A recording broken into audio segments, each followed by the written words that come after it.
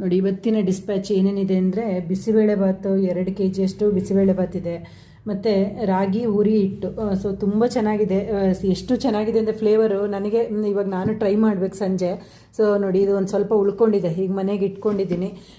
ನಾನು ಮಾಡಿಸಿದ್ದೆ, ಇವಾಗ 5 kg ಮಾಡಿಸಿದ್ದೆ, ಅಷ್ಟು ಖಾಲಿ ಆಯ್ತು. ಇವಾಗ ನೋಡಿ 5 kgನೂ ಪ್ಯಾಕ್ ಮಾಡಿ ಇಟ್ಟಿದ್ದೀನಿ. 2 kg ಚಿಂತಾಮಣಿ ಕಳಿಸೋದಿದೆ. ಸೊ 2 kg ಇಲ್ಲಿಗೆ ಇವಾಗ ಕಳಿಸ್ಬೇಕು ಆಲ್ರೆಡಿ. ಈಗ 4 o'clock ಒಳಗಡೆ ಬುಕ್ ಮಾಡಿ ಕಳಿಸೋದಿತ್ತು.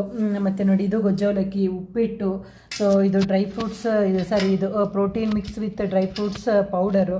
ನೋಡಿ ಈ ಥರ ರಾಗಿ ಹುರಿ ಹಿಟ್ಟು ತುಂಬ ಜನ ಕೇಳ್ತಾ ಇದ್ದೀರಾ. ಮತ್ತು ಇವತ್ತೇ ತಂದುಬಿಟ್ಟು ನೆನೆಸಿ ಮತ್ತೆ ಶುರು ಮಾಡ್ತೀನಿ.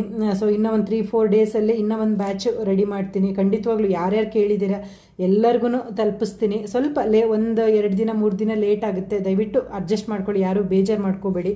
ಸೊ ಅದ್ರ ಜೊತೆಗೆ ನೋಡಿ ಇಲ್ಲಿ ಇದಿದೆ, ಮಿಕ್ಸರ್ ಇದೆ, ಮತ್ತು ಪೊಂಗಲ್ ಇದೆ, ನವಣೆ ಪೊಂಗಲ್ ರೆಡಿಯಾಗಿದೆ. ಸೊ ಗೊಜ್ಜವಲಕ್ಕಿ ಅಂತೂ ಎವ್ರಿ 3 ಡೇಸಿಗೆ ಪ್ರಿಪೇರ್ ಮಾಡೋದಾಗ್ತಾ ಇದೆ. ಸೊ ಇದು ಪುಳಿಯೋಗರೆ ಪೌಡರು, ಇದೆಲ್ಲ ಸಂಜೆ. ಇವಾಗ ಇದೆಲ್ಲ ಆಲ್ಮೋಸ್ಟ್ ರೆಗ್ಯುಲರ್ ಕಸ್ಟಮರ್ಸಿಗೆ ಕಳಿಸೋದೇನೆ. ಸೊ ಈ ಥರ ಇದೆ.